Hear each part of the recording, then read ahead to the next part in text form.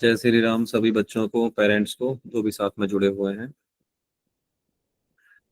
और सबका बहुत बहुत धन्यवाद। आप सब बच्चे रेगुलर पिछले एक सवा साल से आ रहे हैं। और काफ़ी बच्चे काफ़ी टाइम से भी हैं, कुछ बच्चे अभी रिसेंटली जुड़े हैं।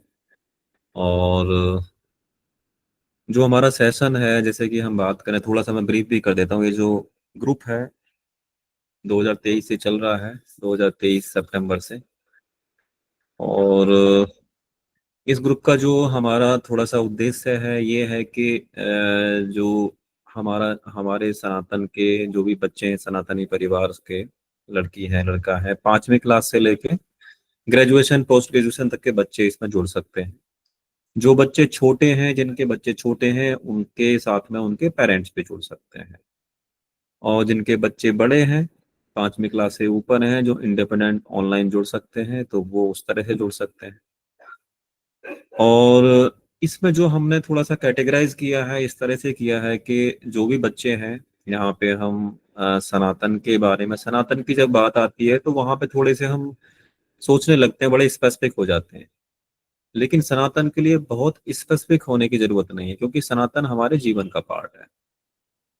तो सनातन का मतलब ऐसा कुछ नहीं है कि जो आपकी समझ में नहीं आएगा। और सनातन का मतलब ऐसा भी नहीं है कि जो आपको समझना नहीं चाहिए। और सनातन का मतलब ऐसा भी नहीं है कि जो आपके जीवन का पार्ट ना हो। तो सनातन वो है जिसको आपको एक मूलभूत आवश्यकता है, आपके जीवन की, आपके परिवार की, आपके समाज की, आपके पेरेंट्स की, आपकी अपनी खुद की। क्योंकि आज आपके पेरेंट्स हैं, आज आप बच्चे हो, तो कल को आप भी पेरेंट्स बनेंगे। यदि आज आप समाज को सनातन की दृष्टि से देखते हो, कल को आप भी उस समाज का हिस्सा बनेंगे। तो उसी जिम्मेदारी से, उसी सहानुभूति से, उसी एक एडजस्टमेंट से, आपकी अपनी इंटेंशन या आपका उस तरह का नजरिया हो कि आपको भी समाज के साथ में एक जिम्मेदारी वाला रोल अदा करना है। आज भी एक लेवल तक करना है और आगे भी करना है। क्योंकि एज और समय के हिसाब से आपको अपने दायरे, आपको अपनी अनुभव, आपको अपनी जो आपने सीखा है स्किल बढ़ानी होगी।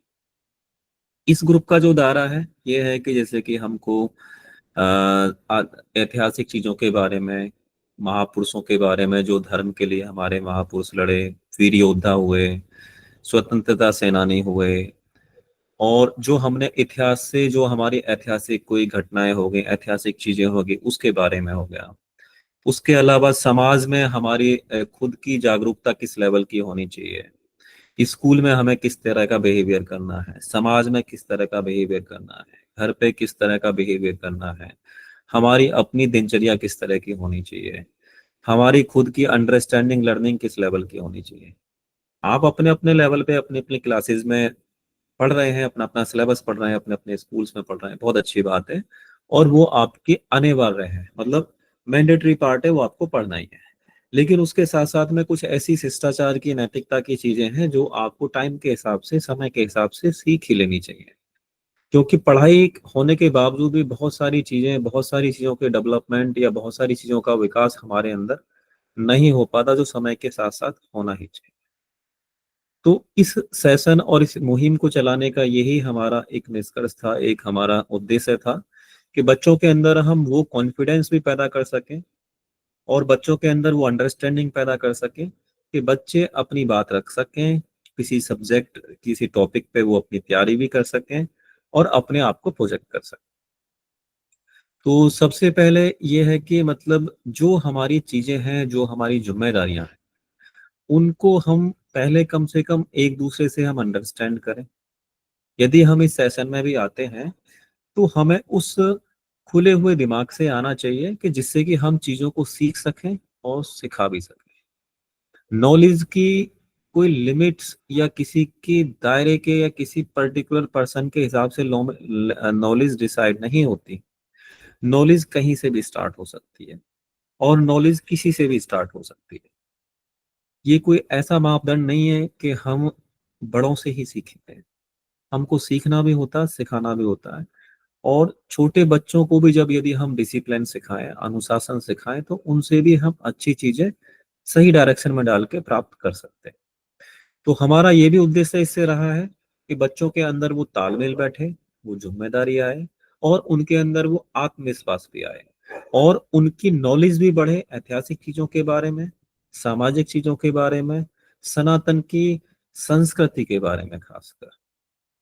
तो समाज में जितने भी मापदंड हैं, जो भी चीजें हैं, उनको हमें उस स्तर से लेने की जरूरत है। आज के जो क्लास में जो हमारे 3-4 बच्चे हैं, जिसमें कि मैं बात करूं तो सबने अपने अपने सेशन प्लान किए हैं। आकांक्षा तोमर है, उन्होंने श्री भगत सिंह जी के बारे में बोलना है। सक्षम राघव है, उन्होंने सनातन संस्कृति की मोटिवेशनल इसके बारे में बोलना है। खुशी राघव है, उन्होंने भी सनातन संस्कृति के बारे में बोलना है। और यदि मैं बात करूं तो अंजलि ठाकुर है, शायद वो आज आ नहीं पाई है, उन्होंने भी बोलना था लेकिन आज वो मिस है क्लास में, कोई बात नहीं।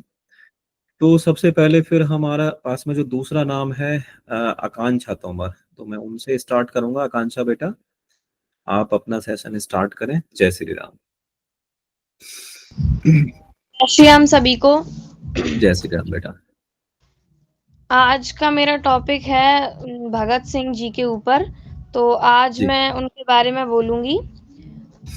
शहीद भगत हम्म। सिंह, जिन्हें 23 मार्च 1931 को 23 वर्ष 5 महीने और 23 दिन की अल्प आयु में ब्रिटिश हम्म। सरकार द्वारा सुखदेव और राजगुरु के साथ फांसी की सजा दी गई।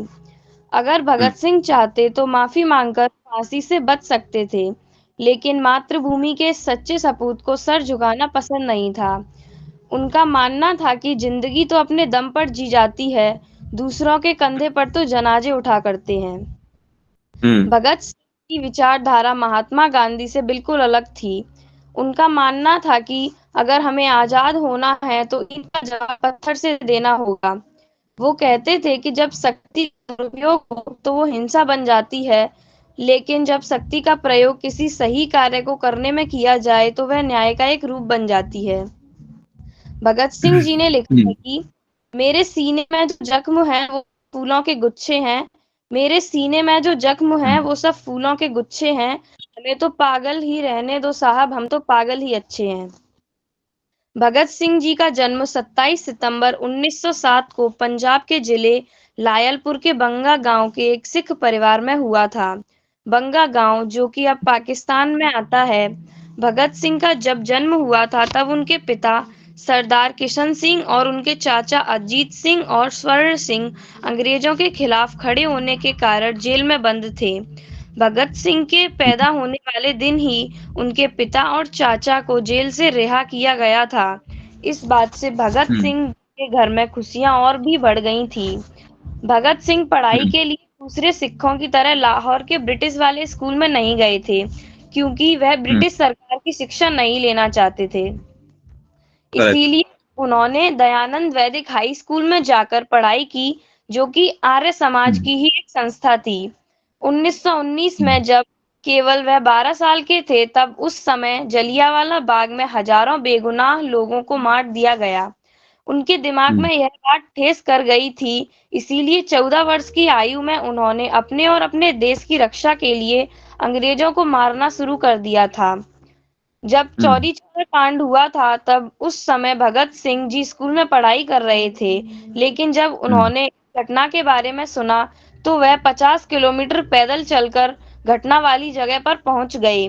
पहुंचने के हम्म। बाद उन्होंने जो देखा वह सचमुच बहुत ही ज्यादा दर्दनाक था।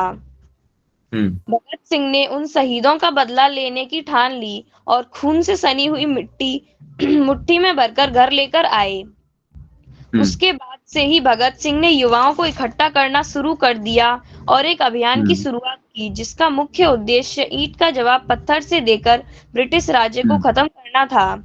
युवाओं पर भगत सिंह का बहुत बड़ा प्रभाव पड़ा और इसी प्रभाव को देखते हुए ब्रिटिश पुलिस ने मई 1927 में भगत सिंह को अपनी हिरासत में लिया और उनके हम्म। ऊपर यह आरोप लगाया कि वह अक्टूबर 1926 में हुए लाहौर बम धमाके में शामिल थे।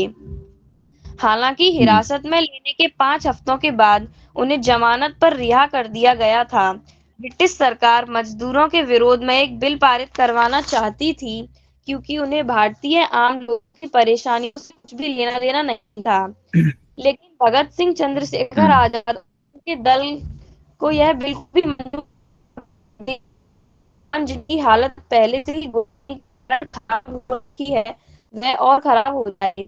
इस विरोध करने के लिए भगत बेटा के साथ आप आवाज थोड़ी ब्रेक हो रही है बेटा। केंद्रीय असेंबली जी। में 8 अप्रैल 1929 को बम फेंके। बम फेंकने का हम्म मकसद किसी की जान लेना नहीं था। उनके निर्माण हम्म में उसमें पाउडर की मात्रा नहीं के बराबर थी। उनका मकसद केवल बम की आवाज से ब्रिटिश लोगों को डराना था, ताकि वह बिल पास ना हो हम्म सके। बम फेंकने के बाद भगत करेक्ट। सिंह और उन सभी साथी ने अपनी इच्छा से दे दी, ताकि यह बात पूरे देश में फैल जाए और देश के अन्य भारतीय लोगों के अंदर भी स्वतंत्रता की भावना पैदा हो सके। देश की आजादी के लिए अपनी जान की परवाह किए बिना लड़ने वाले स्वतंत्रता सेनानी भगत सिंह, राजगुरु और सुखदेव को 23 मार्च 1931 की शाम करीब 7:33 पर फांसी दे दी और मात्र 23 वर्ष की छोटी उम्र में इस वीर सपूत ने हंसते-हंसते फांसी के फंदे को चूम लिया और उनके नाम के आगे एक और शब्द जोड़ दिया गया, शहीद। शहीद भगत सिंह। हम्म धन्यवाद। हम्म, धन्यवाद बेटा, बहुत बहुत अच्छा। बहुत अच्छे से आपने तैयारी की इनके सेशन की, बहुत अच्छे से आपने बहुत सारी चीजें कम टाइम में रखी। बहुत बहुत धन्यवाद बेटा।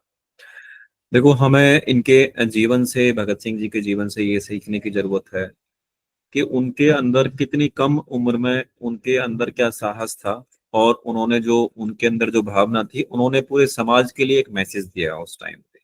उनका जो बलिदान था, उन्होंने अपना बलिदान पूरी तरह से जानबूझ के दिया, और उन्होंने अपने आप को अरेस्ट कराया कि समाज के लिए उन्होंने। और असेंबली में, जैसे इन्होंने बोला कि असेंबली में जो बम फेंका था वो एक मैसेज देने के लिए था, किसी की हत्या करने के लिए नहीं था। तो कहने का मतलब है कि ऐसे ऐसे क्रांतिकारी हुए हैं जिनकी वजह से आज हम आजाद भी हैं, और उनका बहुत बड़ा योगदान रहा है, क्योंकि उन्होंने अपने आप को बलिदान देते हुए उफ तक नहीं किया। तो ऐसे महापुरुष को, ऐसे महान आत्मा को हम धन्यवाद करते हैं और सत सत नमन करते हैं। जी धन्यवाद। नेक्स्ट मैं रिक्वेस्ट करूंगा, नेक्स्ट हमारे स्टूडेंट हैं सक्षम राघव। सक्षम बेटा, जय श्री राम। जय श्री राम सर। जय श्री राम बेटा। आज मैं आप सभी के सामने सनातनी धर्म से लेके कुछ क्वेट्स बताने जा रहा हूँ। जी बेटा। First, those who don't have commitment are just like a living corpse because it is possessed by those people whose conscience is alive. अर्थात जिनके भीतर वचनबद्धता नहीं होती, वो केवल एक जिंदा लाश की तरह होते हैं, क्योंकि यह उन लोगों के भीतर होती है जिनकी जमीर अभी जिंदा होता है, जिनके अंदर जमीर अभी जिंदा होता है। जी। Second, if we have to work together with our Sanatani brothers for promotion and protection of Sanatan Dharma, then we will have to come out of any kind of criticism and confusion. अर्थात Correct. यदि हमको सनातन धर्म के प्रचार और रक्षा के लिए अपने सनातनी भाइयों को एकत्रित करके कार्य करना है, तो हमको किसी भी प्रकार की आलोचना और असमंजस से बाहर आना होगा। Correct. Third, the feeling of criticism toward other and hesitation within oneself prove the hindrance in the unity of Sanatani society. We should avoid this as much as possible. अर्थात दूसरों के प्रति आलोचना की भावना और अपने अंदर की झिझक सनातनी समाज की एकता में बाधक सिद्ध होती है। जितना हो सके हमें इससे बचना चाहिए। Fourth, we should not let our self-respect turn into ego because ego is the biggest obstacle in Sanatani unity. अर्थात हम अपने स्वाभिमान को अहंकार में न बदलने दें, क्योंकि अहंकार सनातनी एकता में सबसे बड़ा बाधक है। Fifth, this is also one of the main reasons for lack of Sanatani unity when we consider others as fool and only ourselves as wise. If we are wise, then we should consider other as wise and show our understanding by extending a hand of unity toward them by giving them respect. अर्थात यह भी सनातनी धर्म यह भी सनातनी एकता ने होने का मुख्य कारण है। सॉरी सर, यह भी हाँ सनातनी एकता न होने का एक मुख्य कारण है कि हम अपने आप को ही समझदार समझते हैं और दूसरों को बेवकूफ समझते हैं। यदि हम समझदार हैं तो दूसरों को भी समझदार समझें और सम्मान देकर उनकी तरफ एकता का हाथ बढ़ाएं और अपनी समझदारी का परिचय दें। Correct. Thank you sir. Thank you, बहुत बहुत अच्छा लगा बेटा, बहुत बहुत धन्यवाद। अच्छा बेटा, तुमने आपने 5 विचार पढ़े, जैसे कि कोई भी एक विचार जो आपको अच्छा लगता हो, थोड़ा सा उसको एक्सप्लेन करेंगे, 2 नंबर, 3 नंबर, 4 नंबर, कौन सा आपको अच्छा समझ में आया, जिसको कंफर्टेबल हो उसको थोड़ा सा एक्सप्लेन करके बताएं कि आप उससे क्या समझे। सर जैसे कि फोर्थ इसमें वाला। सर फोर्थ वाला फोर्थ बताएं वाला। बेटा, क्या था, वी पहले शुड फोर्थ वाला नॉट पढ़ें। हाँ, पहले उसको पढ़ें फिर उसका मतलब बताएं, थोड़ा सा एक्सप्लेन करें बेटा। We should not let our self-respect turn into ego because ego is the biggest obstacle to Sanatani unity. हाँ। सर इसका अर्थ है हम अपने अभिमान को अहंकार में न बदलने दें क्योंकि अहंकार सनातनी एकता का सबसे बड़ा बाधक है। हाँ, अभिमान नहीं, स्वाभिमान। ठीक है। हाँ, अब इसका मतलब बताएं, जैसे आप इससे क्या समझते हैं, क्या समझे इससे।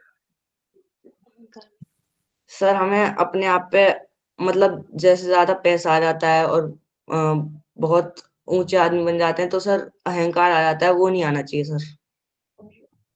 इससे हमारी यूनिटी पे असर पड़ता है। जी, करेक्ट करेक्ट। तो बेटा, जो सेल्फ रेस्पेक्ट होती है, जैसे सेल्फ रेस्पेक्ट कहते हैं ना कि खुद का स्वाभिमान, वो सबका होना चाहिए, लेकिन अहंकार मतलब अभिमान, वो नहीं होना चाहिए एक लेवल तक। बिल्कुल ठीक है, धन्यवाद यस बेटा। Sir. Thank you next sir. हम रिक्वेस्ट करें, थैंक यू बेटा। एक मिनट, नेक्स्ट हमारा स्टूडेंट है, एक मिनट, खुशी राघव। जय श्री राम बेटा।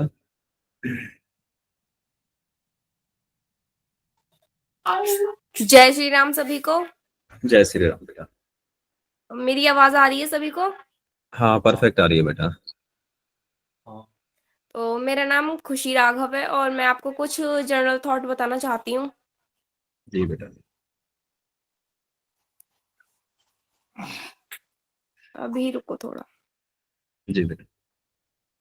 Just wait for me.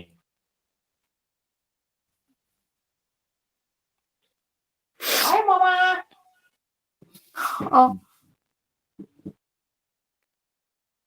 यदि हमारे जीवन में स्थिरता नहीं है तो हम बहुत व्यस्त और दुखी रहते हैं। हम किसी भी विषय पर गंभीरता से कुछ भी सोच नहीं पाते, जिसके कारण हम अपने आप को गैर जिम्मेदार और कमजोर बना लेते हैं, जो कि सनातनी समाज के लिए बिल्कुल उपयुक्त नहीं है। If there is no stability in your life, then we remain very busy and unhappy. We are not able to think seriously and any subject, due to which we make ourselves irresponsible and weak, which is not at all stable for the Sanatani society. बेटा एक minute, आप इसको थोड़ा सा explain कर सकते हैं, एक एक दो दो सेंटेंस ऐड कर सकते हैं जस्ट बेटा, इससे जैसे आप क्या समझे। हिंदी में या फिर इंग्लिश में? हिंदी में, हिंदी में। यदि हमारे जीवन में स्थिरता नहीं है तो हम बहुत व्यस्त रहते हैं। हम किसी भी विषय पर गंभीरता से कुछ भी सोच नहीं पाते, जैसे कि हम कभी किसी की बात सुन रहे हैं, कभी किसी की बात सुन रहे हैं। तो हमारे जीवन में कोई मतलब कि एक सिंपल थॉट नहीं है कि हाँ हम इसी रास्ते पे चल रहे हैं। तो हम इस चीज में बहुत दुखी हो जाते हैं या फिर कभी कभी इतने बिजी हो जाते हैं कि हम किसी अच्छी चीज के बारे में सोच ही नहीं पाते कि हमें इसके अलावा भी कुछ और भी करना है, जिसके जी, कारण हम अपने आप को गैर जिम्मेदार और कमजोर बना लेते हैं, जो कि सनातनी समाज के लिए बिल्कुल उपयुक्त नहीं है। करेक्ट। नेक्स्ट बेटा। नेक्स्ट, यदि हम एक जिम्मेदार सनातनी है तो हम अपने सनातनी लोगों को संगठित करने के लिए थोड़ा झुकना भी पड़ा तो हमको कोई फर्क नहीं पड़ना चाहिए, क्योंकि जितने भी सनातनी लोग हैं वो भी हमारे सनातन परिवार का हिस्सा हैं। If we are a responsible Sanatani, then it should not make any difference to use, even if we have to bend a little to origin. Your Sanatani people, because all the Sanatani people are also a part of our Sanatani family. जी, next, explain करो बेटा, यदि explain कर सकते हो तो भले ही आप 2 सेंटेंस ऐड करो, ऐसा कुछ नहीं है, just try to make some addition basically after your statement, please बेटा। यदि हम जिम्मेदार सनातनी है तो हमें अपने सनातन लोगों को संगठित करने के लिए थोड़ा झुकना भी पड़ेगा। जैसे कि अगर हम मतलब कि सनातनी का हिस्सा है तो हमें किसी की बात मनवाने के लिए हो सकता है थोड़ा बहुत झुकना पड़े या फिर किसी भी चीज का सेक्रीफाइस करना पड़े।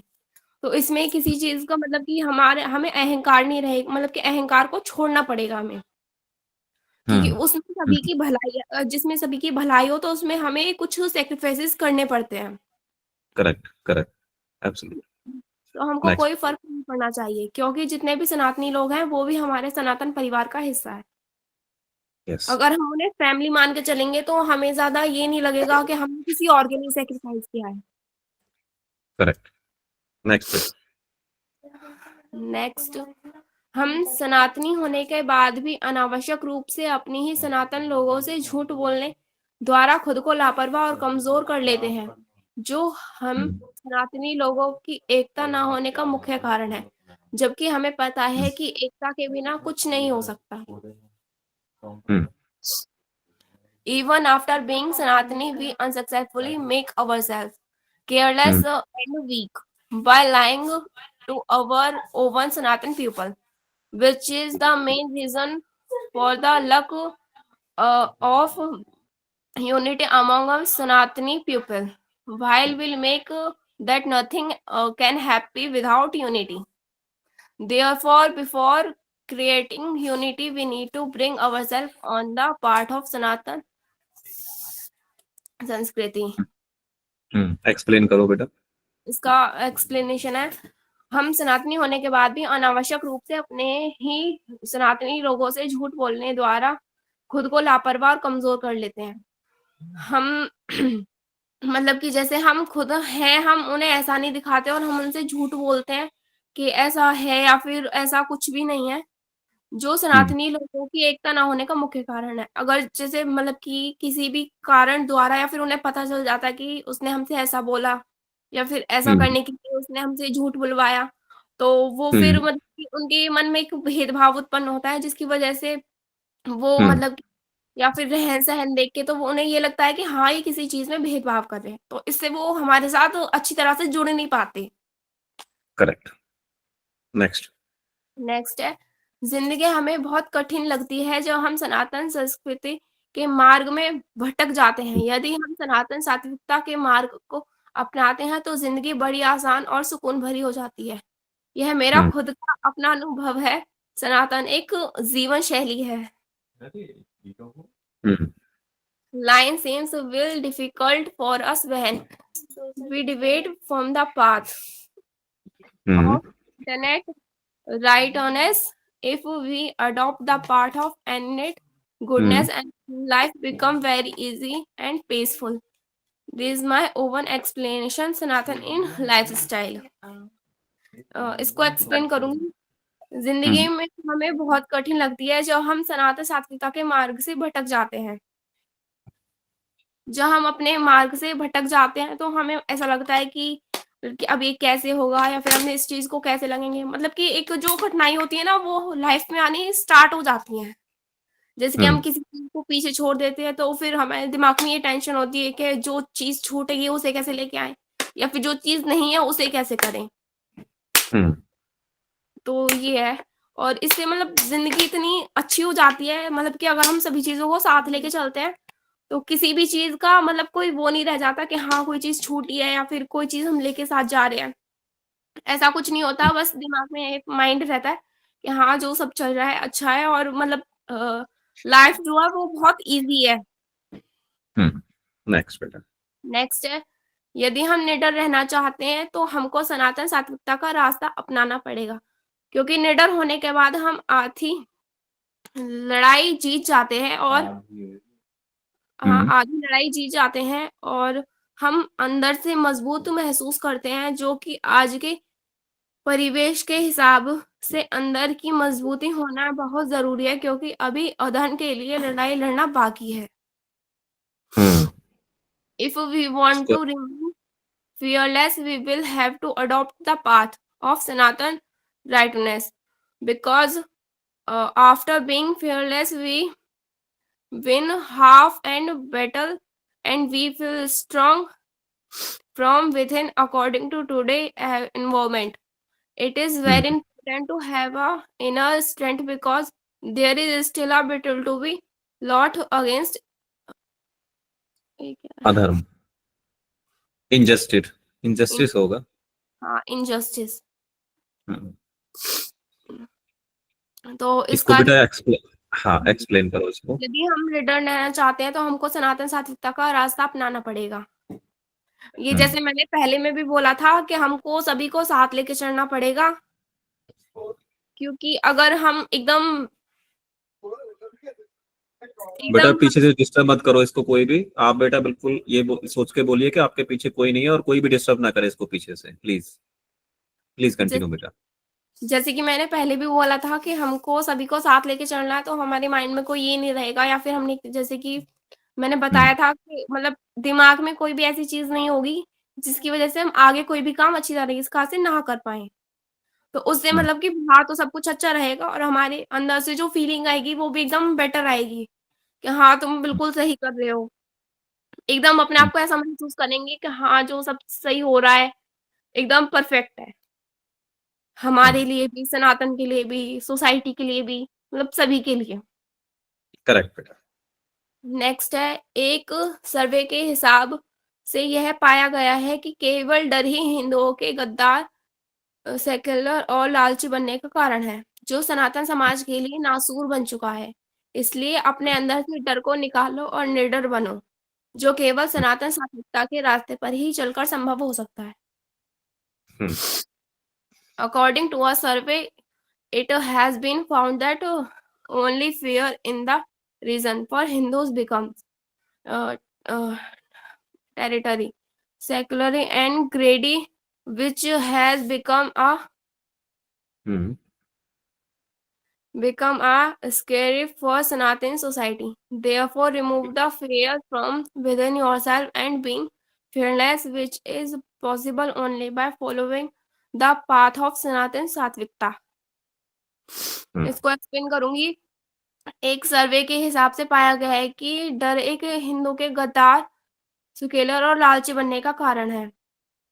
जैसे कि मतलब कि हम जैसे मतलब देखते हैं जैसे फोनों पे, सोशल मीडिया पे, कि आजकल जो मतलब कि देखते हैं ना कि दूसरों से नहीं, अपने से ही आपसे कि ये तो वो कर गया, मतलब कि जैसे मतलब कि एक हम जब सोसाइटी में रहते हैं तो देखते हैं कि कोई कैसा कर रहा है, कोई कैसा कर रहा है, तो इतना बाहर का कोई हमसे वो नहीं लेगा जितना मतलब कि पास के लेंगे। उन्हें ये लगेगा भाई इसने तो वो कर लिया, मैं कर नहीं पाया, तो उनके मन में ना एक वो हो जाती है कि इसे नीचे लेके आना है, ये नहीं कि इसके साथ चलना है या फिर इसके पीछे चलना है, नहीं, उनके मन में ये रहता है कि इसे नीचे लेके आना है, और ये ना कि हमें इससे भी अच्छा कमाना है या फिर इससे ऊपर जाना है, तो उनके मन में ना एक लालच वाली फीलिंग आ जाती है। तो वो भी ये चाहते हैं कि नहीं भाई, मुझे तो इससे आगे जाना है, मैं तो इससे पीछे रह गया, इसे नीचे खदेड़ के लेके आओ या फिर इस ऊपर जाओ इससे। बस मैं यही तक बोलना चाहूंगी। Thank you. थैंक यू बेटा, बहुत बहुत धन्यवाद। और मैं चाहूंगा कि बाकी जो बच्चे जुड़े हुए हैं या पेरेंट्स जुड़े हुए हैं, यदि संभव हो सके तो वीडियो ऑन कर लें। धन्यवाद सभी का। और खुशी बेटा, आपका स्पेशल थैंक्स। आपने काफी सहजता से और काफी साहस पूर्वक अपनी बात रखी, आपने एक्सप्लेन भी किया, आपने हिंदी में भी बोला, इंग्लिश में भी बोला। This is really grateful from your side, और अच्छा लगा मुझे पर्सनली। देखो, मैं आप थोड़ा सा सभी को एक चीज स्टेटमेंट भी देना चाहूंगा इसी सब के बिहाफ पे, सेशन के बिहाफ पे, कि सबसे पहले तो बिल्कुल हम कंफर्ट होके सेशन में बैठे हैं। सबसे पहले बिल्कुल सात्विकता, बिल्कुल स्थिरता के साथ में, जैसे इसमें एक स्टेटमेंट में थी ना कि स्थिरता होना। जब तक हमारे जीवन में स्थिरता ना हो, स्टेबिलिटी ना हो, देन तब तक हम कुछ गेन नहीं कर सकते। गेन मतलब प्राप्त नहीं कर सकते, लर्न नहीं कर सकते, सीख नहीं सकते, डेवलपमेंट नहीं कर सकते। तो स्थिरता, stability is highly required each and every segment, any time, anywhere, कहीं भी, किसी भी जगह। तो स्थिरता बहुत जरूरी है। और हमारे जीवन में स्थिरता का अभाव आज के भाग दौड़ भरी जिंदगी में बहुत ज्यादा है। एक चीज मैं और ऐड करूंगा जनरल स्टेटमेंट के तौर पे, कि जब हम इस तरह से बच्चों से ये मोटिवेशनल थॉट बुलवाते हैं, उसका ध्येय हमारा ये होता है कि एक तो आपके अंदर इनकी अंडरस्टैंडिंग आए कि उनका मतलब क्या है, उनका हम उसमें क्या मैसेज देना चाहते हैं और क्या मैसेज हम अपने लिए लेना चाहते हैं। तो सबसे पहले आपकी एक इस पे अंडरस्टैंडिंग बने, एक इम्प्लीमेंटेशन हो अपने खुद के लिए, और हम कितना सही बोलते हैं कितना गलत बोलते हैं वो एक अलग चीज है, कोई प्रॉब्लम नहीं है, लेकिन हम एटलीस्ट बोलते तो हैं, ये मायने रखता है। अब जैसे इस बच्ची ने काफी अच्छे से एक्सप्लेन करने की कोशिश की, ये जरूरी नहीं है कि इतने कितना अच्छा एक्सप्लेन किया या बिल्कुल वही एक्सप्लेन किया जो वो मैसेज से हम समझना चाह रहे थे, क्योंकि ये जो मैसेज है ये मतलब समाज के एक मतलब एडल्ट लोग मतलब बड़े लोगों के और एक समाज को चलाने वाले मैसेज है। हो सकता है कि आपकी एप्लीकेबिलिटी में ये 50%, 40% या 30% लेवल पे हो, लेकिन आप एक सोच को पढ़ रहे हो, उस सोच में से आप हो सकता है 10% अंडरस्टैंड करो, 5% करो, 20% करो, 30% करो, वो मैटर नहीं करता। यदि आज वो मैसेज आपके पेरेंट्स के लिए 100% एप्लीकेबल होता है, तो ये जरूरी नहीं है कि वो आपके लिए भी 100% हो, लेकिन ये जरूरी नहीं है कि वो आपके लिए एप्लीकेबल ही ना हो सकता है कि वो आपके लिए 10% एप्लीकेबल हो, आपके लिए 20% हो, 30% हो, 40% हो, लेकिन यदि आपके पेरेंट्स के लेवल पे ये 100% एप्लीकेबल है, तो आपके लेवल पे भी कोई ना कोई परसेंटेज लेवल है इसका। तो हमें इसका परफेक्शन लेवल पे नहीं जाना है, लेकिन इनिशियल लेवल को जरूर तलाशना है कि इन मैसेजों से हम सामाजिक एकता की बात करते हैं, समाज में एक समन्वय बनाने की बात करते हैं, एक हम समानता की बात करते हैं, और अपने समाज को जोड़ने की बात करते हैं, अपने परिवार को जोड़ने की बात करते हैं। एक सनातन सात्विकता का इसमें बार बार जिक्र आता है, सनातन संस्कृति का बार बार जिक्र आएगा इन सभी विचारों में। जब जब आप ये थॉट्स आगे पढ़ेंगे, बाकी भी बच्चों से पढ़ाएंगे, तो सनातन संस्कृति को और सनातन सात्विकता को मैं थोड़ा सा एक्सप्लेन कर देता हूँ।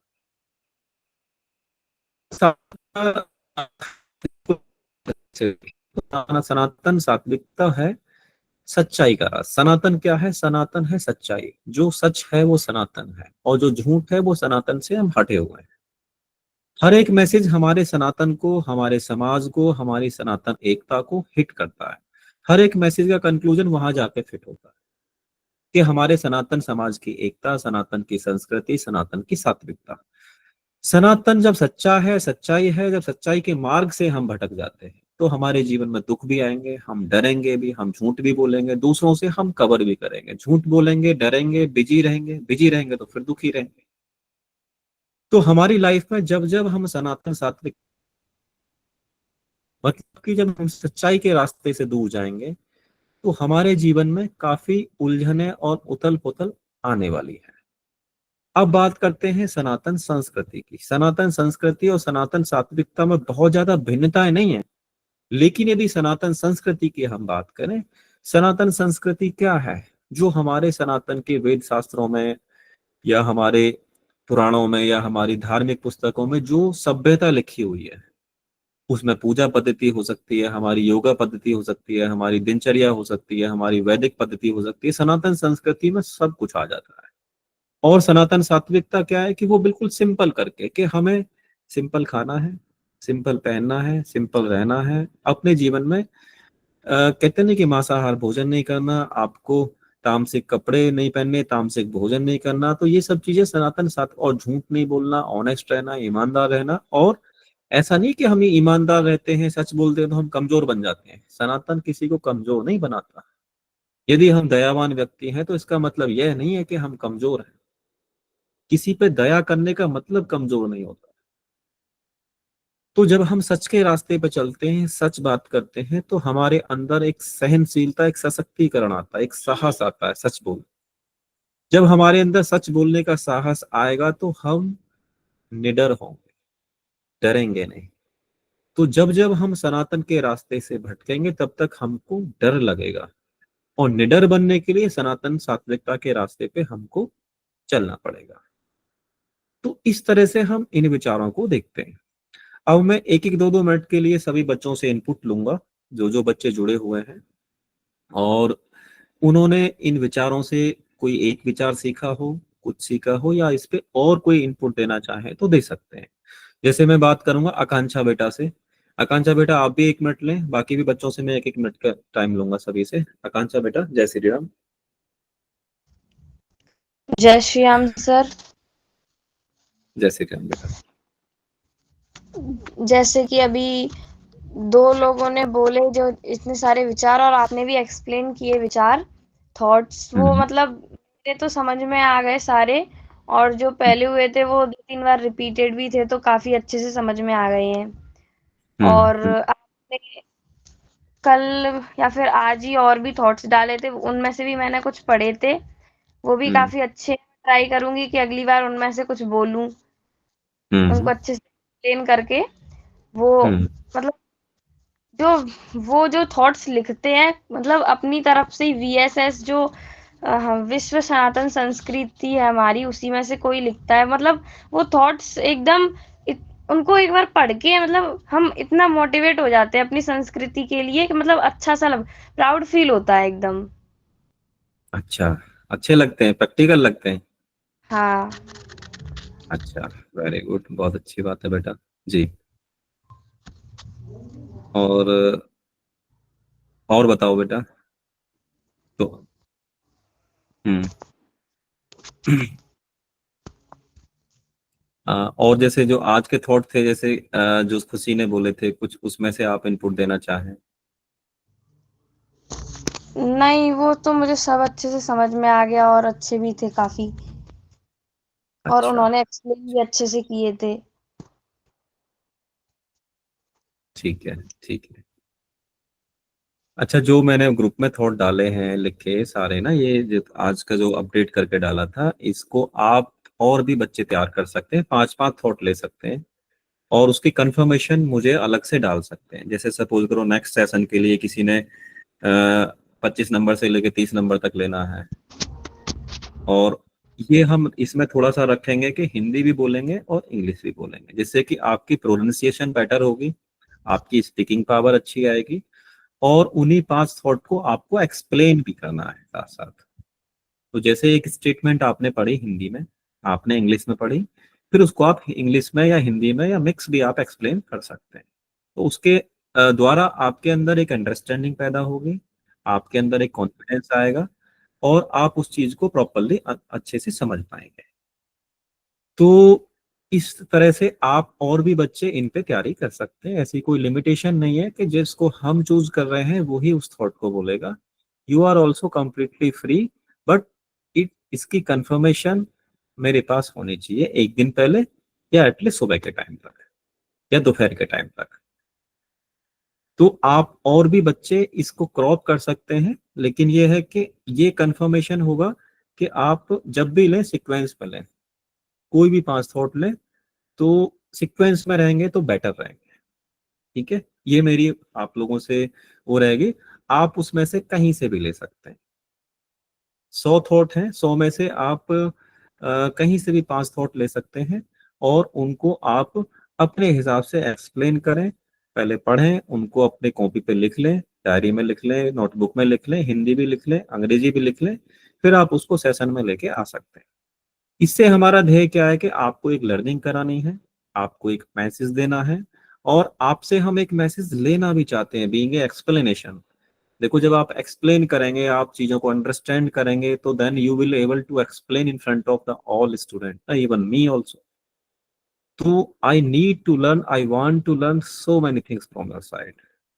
तो it is not a only statement ke then being a instructor या being a teacher I am only here to teach you, but I am also here to learn so many things from your side. So this is the requirements ke at least being a student you need to develop yourself, you need to increase your self confidence as per the requirement of the society, because this is a real part of your personality development. And then after some time you will feel that there is a lot of changes inside you, there is a big change after some time, this is my guarantee. But कहते नहीं कि पढ़ाई सब कुछ नहीं, पढ़ाई के साथ साथ हमारी डेवलपमेंट, हमारा कॉन्फिडेंस, हमारा करेज, हमारा साहस शुड बी देयर।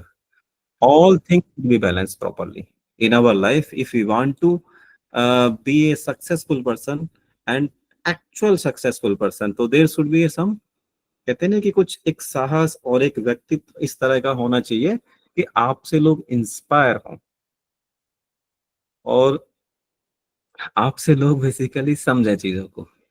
और आकांक्षा, फॉर योर काइंड इंफॉर्मेशन, हालांकि मैं कहना नहीं चाह रहा हूं लेकिन ये जितने थॉट लिखे हैं ये मेरे द्वारा लिखे हुए हैं, ठीक है।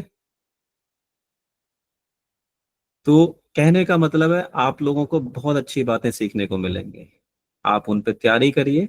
और किसी भी थॉट के अंडरस्टैंडिंग में किसी को यदि अंडरस्टैंड नहीं हो पा रहा एक्सप्लेनेशन के तौर पे, आप मेरे से व्हाट्सएप पे उस मैसेज को क्रॉप करके स्कैन करके स्क्रीनशॉट देके आप मुझसे स्क्रीनशॉट उसका भेज सकते हैं। मैं उसकी ऑडियो क्लिप्स आपके पास भेज दूंगा कि दिस इज द, या आप मुझसे डायरेक्ट कॉल भी कर सकते हैं, कोई भी बच्चा।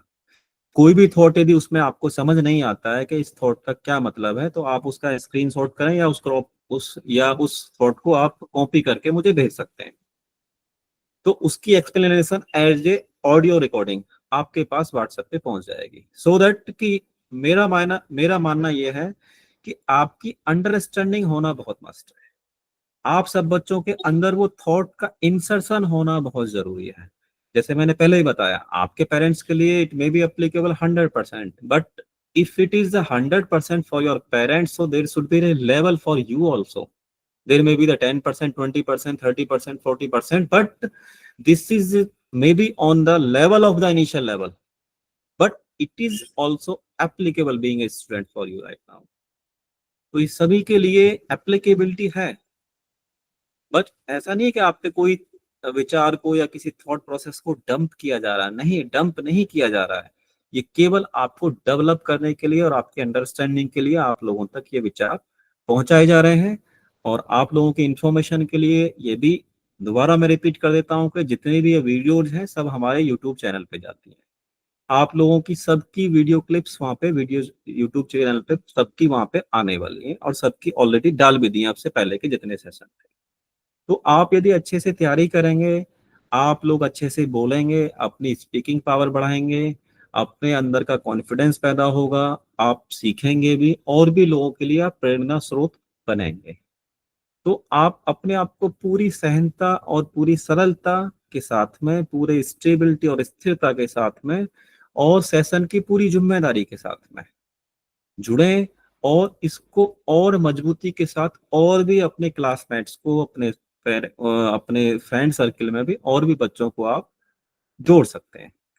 मैं थोड़ा थोड़ा इनपुट और भी लोगों से लेना चाहूंगा। आज एक नई स्टूडेंट है करण तोमर। बेटा करण, बेटा वीडियो ऑन करो। जय श्री राम। बेटा बेटा अनम्यूट करो। जय श्री राम सर। जय श्री राम। जय श्री राम। बेटा आज अपने बारे में थोड़ा सा एक्सप्लेन करें, आज की क्लास के बारे में 1-2 मिनट का आप फीडबैक भी दें और फिर हम इससे थोड़ा सा आगे फिर और स्टूडेंट से बात करेंगे। आज आप फर्स्ट टाइम जुड़े, आप अपने आप को एक्सप्लेन भी करें। जी बेटा। सर पहले तो आपका धन्यवाद इसमें जुड़ने के लिए। और मेरा नाम करण तोमर है। मैं एक गांव किर्रा से बिलोंग करता हूं और मैं अपनी पढ़ाई 12th कर रहा हूं फ्रॉम स्कूल आदर्श मंदिर इंटर कॉलेज खुर्जा। वो आरएसएस एक संगठन है, उसके द्वारा चलाया जाता है। और सर मैं यही कहूँगा कि हमारे स्कूल में भी यही चीज़ है, मतलब कि संस्कृति के बारे में, धर्म के बारे में और जो सही है उसके बारे में ज़्यादा मतलब ध्यान दिया जाता है, बताया जाता है उसके बारे में। जी, तो कैसा लगा आज की क्लास में आपको? और मैंने इसी से अपनी 10th भी की थी, 12th भी इसी से करूँगा। सर आज आपकी क्लास अच्छी लगी। अच्छा, भगत सिंह के बारे में पता चला कुछ, वैसे मैंने पढ़ाया था जीवन पर जीव जानना, लेकिन अच्छा लगा, बहुत सुंदर। ठीक है ठीक है। जी सर। मेरे को देखा है कभी आपने कंप्यूटर के अलावा? जी सर, देखा है। देखा है, क्योंकि मेरा भी गांव किर्रा है। ठीक है, धन्यवाद बेटा। जय श्री राम। नेक्स्ट मैं रिक्वेस्ट करूंगा ओजस बेटा से। ओजस बेटा, जय श्री राम, अनम्यूट करो बेटा। जय श्री राम सर। जय श्री राम बेटा। तबीयत ठीक नहीं है आपकी है, लेकिन कोई बात नहीं, प्लीज एटलीस्ट 1 मिनट आप बोलें। आचार्य जी, जैसे मेरे को जो कि है, जैसे एक पॉइंट डालना था, जैसे आजकल हम सभी जो कि है ईर्ष्यालु हो गए। जैसे कोई अगर हमारी लाइफ में है जिसे हम जानते हैं, और सामने वाला जो जैसे हमारा पड़ोसी है, अगर हम देखते हैं वो जो कि अमीर है, तो हम चाहते हैं कि हमारे पास भी उससे ज्यादा हो, या फिर उस एटलीस्ट उसके हिसाब का हो। हम्म तो मैं चाहता हूँ कि हम सब ऐसे ईर्ष्यालु ना हो। मैं भी चाहता हूँ कि मैं हम्म ऐसा ना बनूं।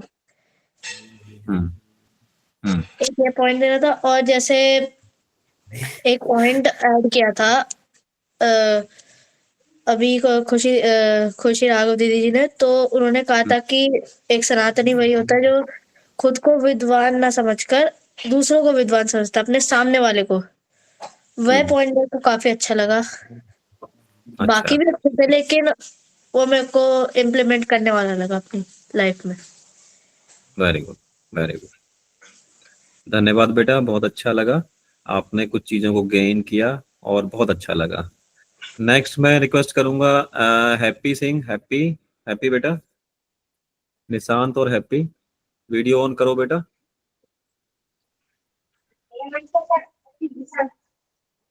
जय श्री राम बेटा। हैप्पी, जय श्री राम। जय श्री राम चाचा जी। जय श्री राम बेटा। आपको जैसे आज का जो सेशन कैसा लगा, और जैसे कि आपको कौन सी बात अच्छी लगी? ओजस का, ओजस भैया का सब अच्छा लगा, जो भी उन्होंने कहा। अच्छा, और बाकी किसी ने जैसे और कोई बात बोली हो? किस किस ने सेशन दिए थे आज? आज 4 अच्छा, ठीक है, थे और पर 3 ही हुए। 3 ही हुए, वेरी गुड। ठीक है, तो आपको कोई कौन सी बात अच्छी लगी आज के सेशन में? जैसे कि अब चीजें जैसे आपको आती हैं थोड़ा, जैसे कि अब हम सनातन की बात करते हैं, तो सनातन को आप कैसे समझते हैं, क्या समझते हैं सनातन के बारे में, थोड़ा सा बताएं। जैसे सनातन क्या है आपके हिसाब से? अ, पहले तो मैं ये कहना चाहता हूँ कि खुशी दीदी ने जो भी कहा मेरे को बहुत पसंद आया। Very good, very good. और इसकी वीडियो को जब आप दोबारा से सुनना, और फिर आपको अच्छा समझ आएगा, ठीक है। और आप भी हिंदी पढ़ के आप भी अगली बार को सेशन आप प्लान कर सकते हैं, ठीक है। यस। ठीक है बेटा, जय श्री राम। जय श्री नेक्स्ट राम। बेटा छाया, छाया भाटी। छाया बेटा, जय श्री राम बेटा। छाया म्यूट करो बेटा। जय श्री राम मामा जी। जय श्री राम। वैसे तो आज ये जो खुशी ने बोला था वो सारा ही कुछ अच्छा था, बट ये जो सक्षम ने बोला था ना, उसकी मेरे को 5th लाइन रिपीट करवानी थी, बट वो हो नहीं पाई, मैं उस टाइम बोल नहीं पाई। क्या एक बार वो 5th लाइन अपनी रिपीट कर सकते हैं? अच्छा, हाँ। 1 मिनट रुकिए, इसमें मैंने 1 मिनट रुकिए, मैं जो इसने बोले थे ना सेशन में, 1 मिनट रुकिए। 5 लाइन इन्होंने बोली थी, 5 लाइन में रिपीट करता हूँ, ठीक है। आप सब लोग उसको सुन सकते हैं बेटा, ठीक है। 1 मिनट रुकिए।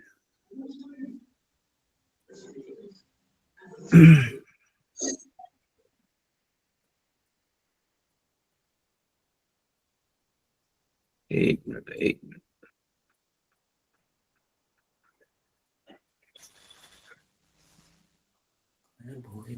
जिनके भीतर वचनबद्धता नहीं होती, वो केवल एक जिंदा लाश की तरह होते, क्योंकि यह उन लोगों के पास होती है जिनका जमीर जिंदा होता। पहला विचार ये था इनका। दूसरा विचार ये था, यदि हमको सनातन धर्म के प्रचार और रक्षा के लिए अपने सनातनी भाइयों को एकत्रित करने का कार्य करना है, तो हमको किसी भी प्रकार की आलोचना और असमंजस से बाहर आना होगा, ठीक है। नेक्स्ट था, दूसरों के प्रति आलोचना की भावना और अपने अंदर की झिझक सनातनी समाज की एकता में बाधक मतलब ऑब्स्टकल सिद्ध होती है। जितना हो सके इससे हमें बचना चाहिए। नेक्स्ट था, हमें अपने स्वाभिमान को अहंकार में ना बदलने दें, क्योंकि अहंकार सनातनी एकता का सबसे बड़ा बाधक है। नेक्स्ट, यह भी सनातनी एकता ना होने का मुख्य कारण है कि जब हम दूसरों को बेवकूफ समझें और अपने को ही समझदार समझते हैं। यदि हम समझदार हैं तो दूसरों को भी समझदार समझें और सम्मान देकर उनकी तरफ एकता का हाथ बढ़ाकर अपनी समझदारी का परिचय दें। ये थे बेटा जो सक्षम राघव के पॉइंट्स थे, और इनको पीडीएफ फाइल में आप लोग भी देख सकते हैं। 1 से लेके 5 तक उन्होंने बोला था। ठीक है। जी लास्ट वाला ना कह रही थी, सुन नहीं पाई थी मैं, तो मुझे अच्छा, बस यही बोलना था। अच्छा, सेशन अच्छा लग रहा है। सेशन के बारे में आप क्या बोलना चाहेंगे?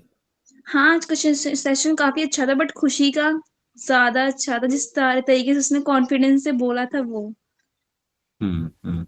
आप भी बेटा तैयारी कर सकते हैं किसी भी 5 पॉइंट पे। एटलीस्ट कोई भी बच्चा कोई भी 5 पॉइंट ले सकता है, लेकिन सीक्वेंस में लें और वो सीक्वेंस मुझे बता दें।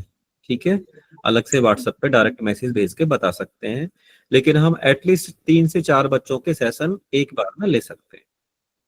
ओजस बेटा कुछ कहना चाह रहे हैं? जी आचार्य जी, मैं कहना चाह रहा था क्या नेक्स्ट क्लास में मैं मेरे लिए खाली है कि मैं दे पाऊँ? हाँ, आप ले लेना, कोई बात नहीं। अभी तक तो मेरे पास ऑप्शन नहीं है, तो आपने यदि अभी इस क्लास से अपॉइंटमेंट लेनी है तो ये कंफर्म है, आप मेरी साइड से आप ले सकते हैं। लेकिन पॉइंट्स मुझे बता देना कौन से पॉइंट से कौन से पॉइंट तक लेने वाले हैं, जिससे कि किसी का कॉमन ना हो। ठीक है। नहीं, मेरे पास टॉपिक रेडी है एक्चुअली। अच्छा, टॉपिक दूसरा है तो आप टॉपिक बता देना, किस टॉपिक पे बोलना चाह रहे हैं। वीर गोकुला जाट। ठीक है, आप उनके ऊपर टॉपिक ले सकते हैं, अच्छी बात है। आपका टॉपिक कंफर्म कर लेते हैं हम। ठीक है, बिल्कुल ठीक है बेटा। ओके, नेक्स्ट मैं रिक्वेस्ट करूंगा दीपाली मैम से। दीपाली मैम, आप थोड़ा सा इनपुट दें बच्चों को 1-2 मिनट, फिर हम सेशन को ओवर करते हैं। अनम्यूट करें मैम। हाँ, जय श्री राम सभी को। जय श्री राम। सॉरी मैं थोड़ा लेट हो गई। और हम्म, जैसे कि मैंने 3 बच्चों को फोन किया था, तीनों ने मेरे को अच्छे से रिप्लाई दिया कि मैम हम ये ज्वाइन करेंगे सेशन। और मतलब आप सब लोग जैसे हम लोगों ने अभी स्टार्ट किया है, हमारे पास पॉइंट्स है, पीडीएफ भी हमने डाली है। ठीक है, तो उसमें से आपको जो भी अच्छा लगता है या फिर आपको कोई टॉपिक अच्छा लगता है तो आप हमें डायरेक्टली बता सकते हैं। वैसा तो मैं नंबर मतलब ग्रुप में अपना नंबर शेयर कर दूंगी। किसी को कुछ भी है तो डायरेक्ट आप मुझे भी मैसेज या व्हाट्सएप या कॉल भी कर सकते हो कभी भी। ठीक है, बाकी आज का सेशन अच्छा ही रहा। बहुत अच्छे से आप लोग ट्राई कर रहे हो, इनिशिएटिव ले रहे हो अपने आप से, तो वो बहुत ही अच्छी चीज है। धन्यवाद, धन्यवाद मैम। प्रियांशी बेटा, आप भी थोड़ा 1 मिनट का फीडबैक दें यदि संभव हो सके। प्रियांशी ठाकुर, उसके जय श्री बाद राम दीपक। मामा जी। जय श्री राम बेटा। और आज जो मतलब इन चारों ने मतलब 5 ने मतलब जिन सभी ने भी बोला, मुझे अच्छा लगा और मतलब काफी चीजें सीखने के लिए भी मिली। वेरी गुड बेटा।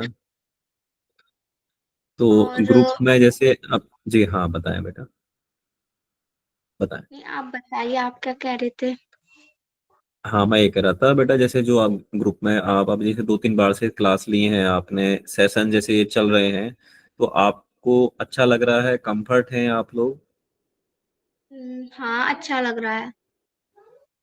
तो बेटा और भी बच्चों को आप प्रिवोक कर सकते हैं, मतलब उनको भी इंकरेज कर सकते हैं, अपने क्लासमेट्स हों, आपके फ्रेंड सर्किल में हो, जिससे कि और भी बच्चों को जोड़ा सा। देखो 2 ही चीजें होती है, यदि हमको कोई चीज अच्छी लगती है तो और भी बच्चों तक एक्सप्लोर करें इसको, जिससे कि और भी यहाँ पे गैदरिंग बढ़े, अच्छी चीज और भी लोगों तक पहुंचे। अच्छी चीजों पे सबका हक है, जो लोग अपने आप को अच्छा बनाना चाहें, क्योंकि अच्छाई का अनुपात समाज में ज्यादा होता है, बुराई का अनुपात बड़ा कम होता है।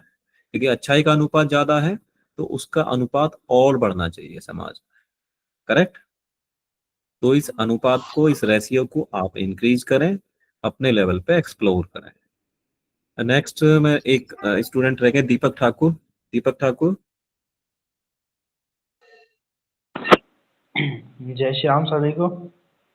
जय श्री राम। तो अपना मैं नेटवर्क इश्यू की वजह से कैमरा ऑन नहीं कर पाया क्लास में, तो उसके लिए माफी चाहूँगा। जी बेटा, कोई बात नहीं। तो बाकी अभी एक श्लोक बोला था कि एक थॉट आया था कि अहंकार हमारी सनातन एकता में बहुत बड़ा अवरोधक है, जो हमारी सनातन एकता नहीं होने देता। अहंकार तो एक मेन विषय है ही, पर उसके साथ दूसरी तरफ देखते तो एक सुपरियरिटी कॉम्प्लेक्स की जो भावना होती है हमारे अंदर, हम अपने आप को दूसरे से ज्यादा समझदार है, ज्यादा ऊंचा समझते हैं, कि ये दूसरे को छोटा समझते हैं कि ये कुछ नहीं है, ये इसको कुछ नहीं पता, कुछ नहीं कर सकता। ये जो भावना हमारे अंदर होती है, ये भावना भी हमारी सनातन एकता के लिए एक बहुत बड़ा घातक सिद्ध होती है, जो हमारी एकता में बहुत बड़ा रोधक है। तो हमको इस भावना को अपने अंदर से निकालना होगा। हमको सभी को समान रूप से देखना चाहिए। इतने बोलना चाहता था। करेक्ट, बहुत अच्छी बात है बेटा, धन्यवाद, बहुत बहुत धन्यवाद। और सभी से हमारा इंटरेक्शन हो गया है, सभी बच्चों ने बहुत अच्छे से चीजें रखी और काफी अच्छे से बच्चे गेन भी कर रहे हैं, अपने आप को डेवलप भी कर रहे हैं। और इस चीज को आप बराबर बनाए रखें और इस अच्छी चीज को और भी बच्चों तक आप ले जा सकते हैं। और कोई कुछ अपने विचार रखना चाहता है? नहीं तो हम सेशन को क्लोज करेंगे। करण बेटा, कुछ कहना है? नहीं सर। धन्यवाद सभी का, सभी को शुभ रात्रि, जय श्री राम, हर हर महादेव। जय श्री राम सभी को, सभी का धन्यवाद बहुत बहुत। जय श्री राम। जय श्री राम, सभी को शुभ रात्रि। जय श्री राम। जय श्री राम।